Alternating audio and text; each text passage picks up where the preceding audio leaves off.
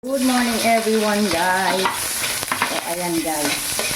Magluluto tayo ng pansit bato. So ayan. Lagyan na natin ang bawang at saka ang ating sibuyas. Sunod natin guys ang ating chicken. Kagabi guys, ito yung natira namin sa ulam namin, adobo.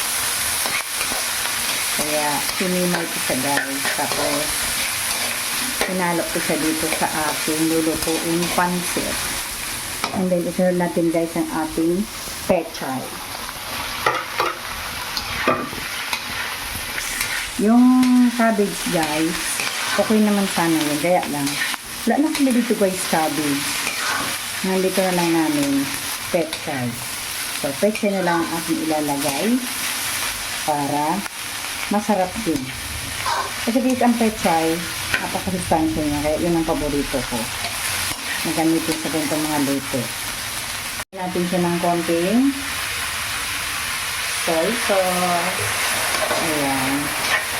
Tapos, para maging mabango guys ang ating luto, lagyan natin ng konting Knorr seasoning para mabango siya.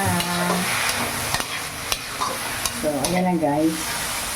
Naluluto na ng konti yung ating pechay. So, lalagyan natin ng tubig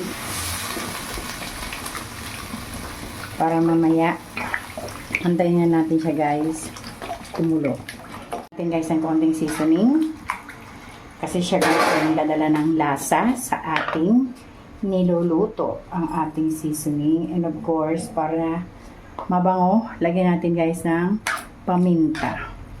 So, antayin na lang natin siya guys kumulo. After niyang kumulo, lalagyan na natin ang ating pansit bato. Since kumukulo na ang ating may pechay, tapos yung sabaw natin, ilagay natin guys ang ating pansit. Guys, malambot na ang ating pansit.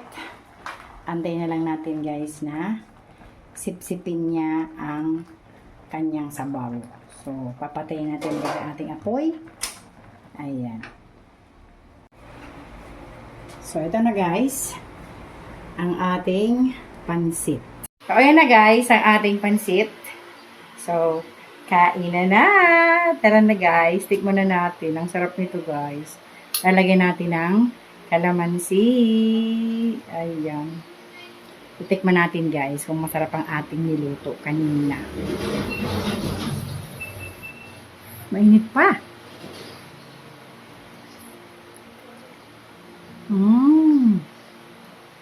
Perfect. Alright. Thank you sa panonood. Good morning.